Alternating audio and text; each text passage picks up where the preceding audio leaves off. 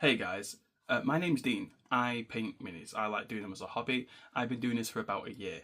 And it is Christmas time. It's actually Christmas, well, it's Christmas night now at this point. I've had a full day, I've had my Christmas dinner, and now's the time for me to go back into a project that I have just started. So I thought now's the perfect time to start making a video, experimenting with things, experimenting with the content. And the first thing I'm doing is I'm doing Belthanos. I have made multiple figures from this army before, but this is a new army and I thought I'd start from scratch. So this is the preface of all. Now, as you can probably see, I have a limited workspace. I have a small desk, and right now I'm painting the beetle. What I have painted with so far is Mephiston red, and I've also used XV88 so far with a bit of dry brush whack right to just kind of get some of the details out here so far. So as you can see, this is all Mephiston red, the IC88, and what I've done is I've done a bit of a blend here to fade off, and then use the rack right here to kind of pull out all the little fine details of the base paint of Chaos Black that I used for all of this so far. And yeah, I'm just kind of wanting to go and continue painting on this. This is obviously going to be like a sub-assembled build. Right now I'm doing the bug. Belthanos is obviously attached on here with his great horn and everything, and obviously there's the whole base that needs to be doing so far. But I am at this point in time using just the bug. I'm just focusing on the bug at this point in time. And what you can see here that I've done already, again, this was all base black, and I've used Mephiston red. And even though it is a base colour, what I have done is I've done a bit of layering by watering it down, and that's how you can see the slight transition of from each of these layers on the bug's shell. So you can see how it's a little bit darker, making that little shadow effect. And like I said, bear with me, I am not a world star painter. I've never won a single competition. I've never entered into a single competition. This is something I do purely for the love of it, and I'm slowly getting better each time I do an army. So yeah, just keeping tuned, and I'm going to do I'm going to record the whole painting process from here on out, and hopefully I can speed it up so you can see what's going on, and then we'll talk more when I'm on to the next stage. To give you an idea of what I'm doing next, I'm actually going to be using Agrax Earth Shade to be shading in the darker parts on this. I like sticking to the Citadel colour scheme for a lot of stuff, because I'm considering these are my first ever army that I'm ever doing. I like the idea of not having too much really to think about when it comes to colour theory and stuff like that. Even though I do have a decent collection of paints at this point after doing this for about a year, I like copying. But I do put into attention of techniques, particularly when it comes to looking at this good, and people hate using shades. But what I'm doing is I'm going to be doing dark highlighting in a way. I'm going to be making the dark spots darker, and that is it. I am not washing all of this. I'm going to be using this in the crease and crevices. Like for example here on the thorax, I'm just going to be doing it just in the cracks to make them a little bit darker, making this a cleaner appearance. And I'm going to be experimenting maybe on doing something when it comes to little recesses in the shell to make that look a little bit darker as well.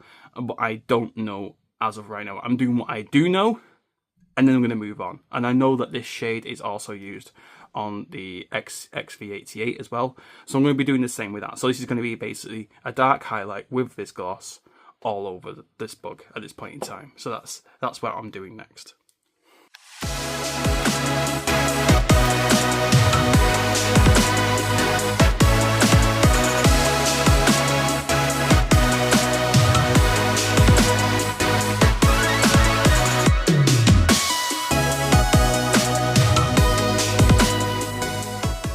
Now, just wanting to kind of go back and making some comments, it's just putting this into the light now.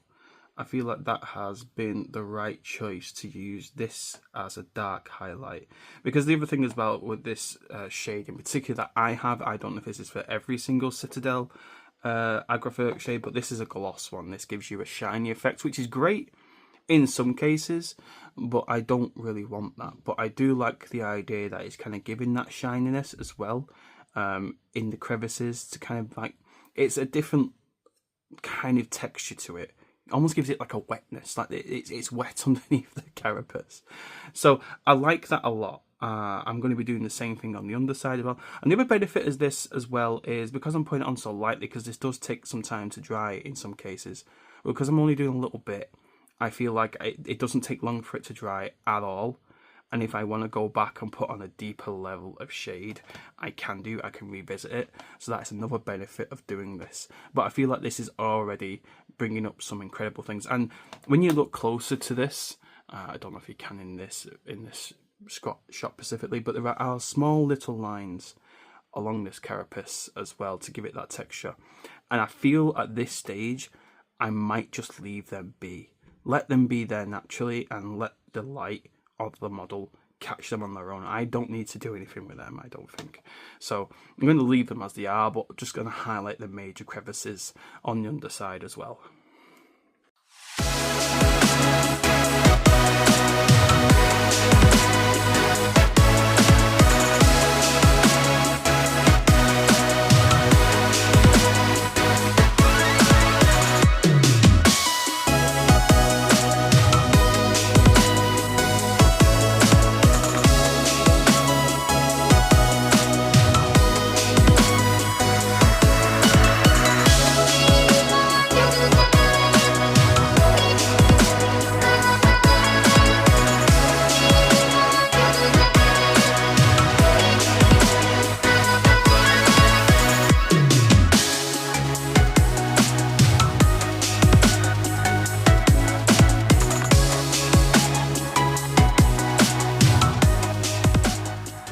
So to carry on where I've been, I've obviously done the dark highlighting here.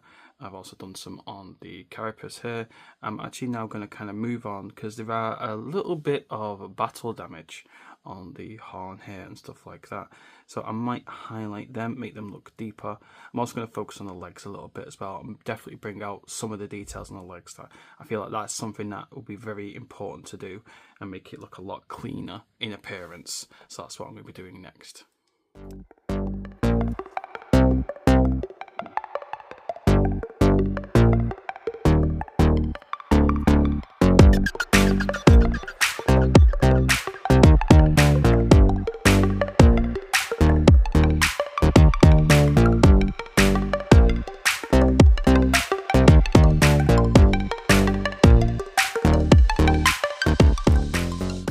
It turns out I've kind of made a mistake. To put it quite simply, this is meant to be a different colour scheme underneath here. It's actually supposed to be a layer of white scar and then some Cassandori yellow, which is going to put on, and it will give the amber colour that has been listed on the Citadel. However, I have done it as ochre, which is a complete mistake. But I'm thinking there could be a way of salvaging this in a way that could be quite interesting. So what I'm going to be doing is I'm going to experiment with basically doing a glaze of white scar where I'm going to wash it down quite thinly, do it over the larger plates, and then on top of that then do the Cassandori yellow wash over all of it, which will give a really striking contrast rather than the overall yellow, which I think will be quite interesting. So that's what I'm going to do now. I'm going to do the white glaze, and then once that is all dried, and again, I'm only going to do the white glaze on the raised bits. Once that's all done, I will then do the Cassandori yellow overall, maybe avoiding the deep spots that I've already done. So that's going to make the dark as darker and the light as light. So we're going to explore with that now and see what we get.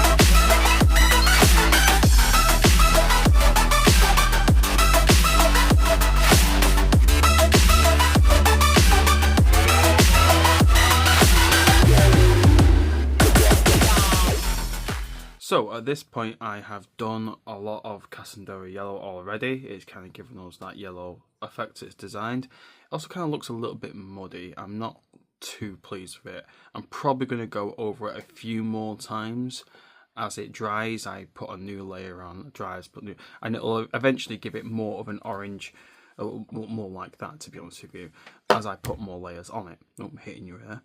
And what I'm going to be moving on to do next is actually the wings. You can't really see them with great detail here, but they are peeking just behind this shell here. And obviously particularly underneath. Now, when I'm looking at the box art, quite peculiarly, it's a very ghostly blue that is shown on this. Now, I have done this before with, like, for example, the Kernoth Hunters and the True Revenants, and I have tried to get this colour for the longest time.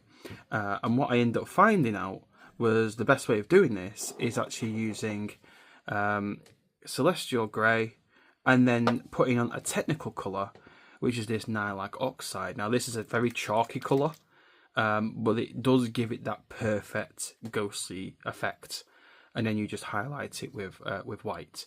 And it gives me the effect that I want. And considering that this is going to be with my armies, the idea that this wing colour would match quite nicely with the rest of the army, I think that's just like an easy win, really, to do this. It will just help it match up with everything else. So that's what I'm going to be doing next.